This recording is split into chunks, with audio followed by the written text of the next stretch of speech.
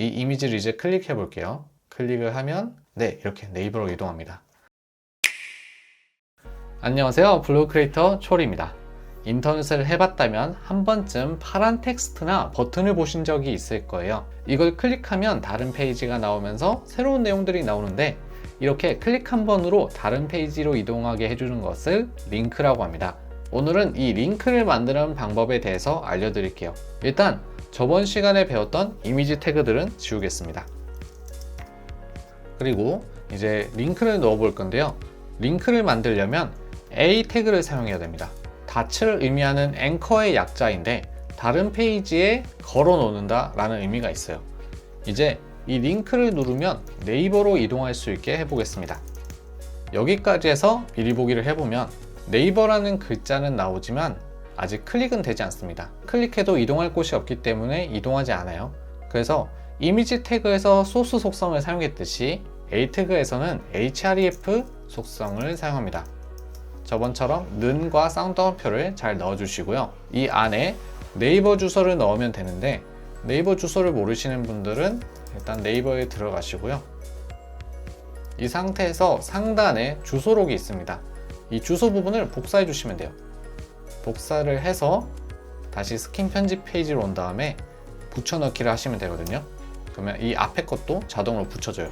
이 상태에서 이제 미리 보기를 하면 살짝 달라졌죠. 근데 스킨 편집 페이지에서는 이게 클릭해도 반응이 없어요. 아쉽게도. 그래서 적용까지 눌러주신 다음에 이제 우리 블로그에 가서 클릭을 해봐야 됩니다. 여기서는 이제 클릭이 될 것 같이 마우스가 바뀌거든요. 여기 상태에서 클릭을 해보시면 네이버로 이동하는 것을 볼 수 있습니다. 신기하죠? 근데 저희는 보통 이렇게 네이버로 이동하는 것 대신에 저희 블로그 안에서 카테고리나 뭐 방명록으로 이동하는 그런 걸 원하잖아요.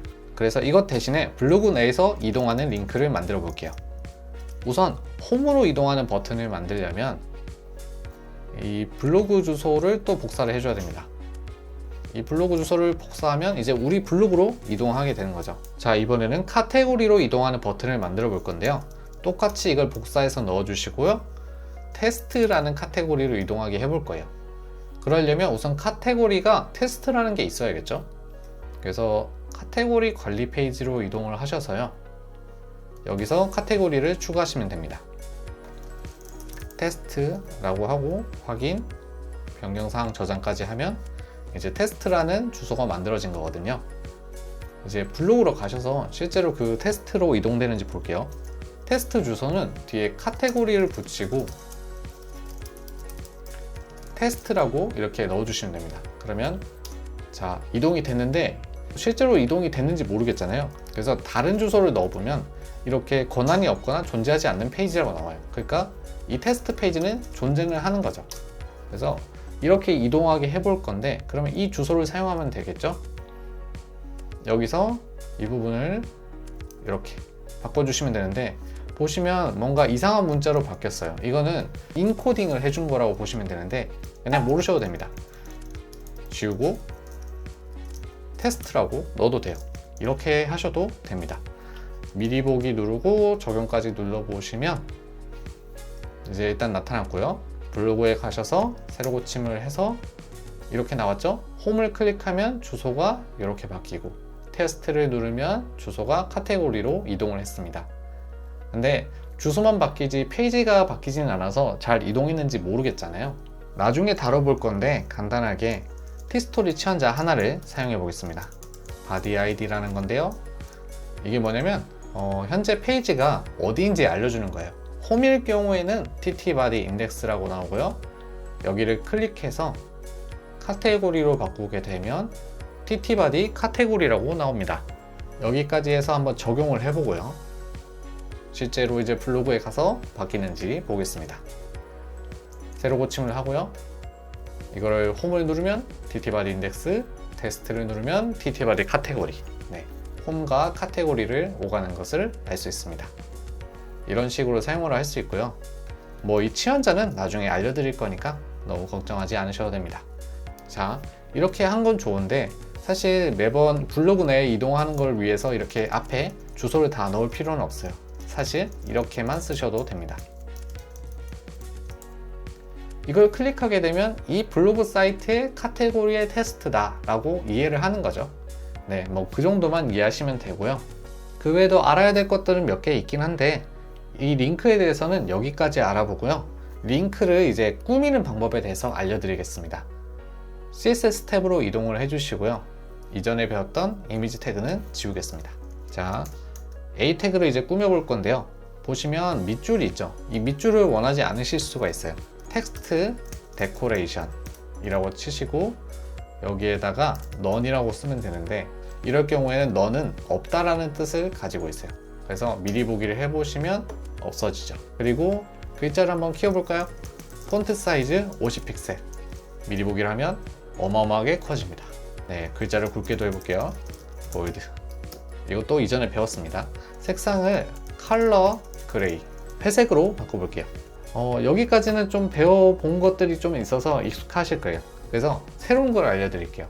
바로 호버입니다. 이 A 선택자 뒤에 붙이는 건데요. 일단 콜론을 넣어주셔야 되고요.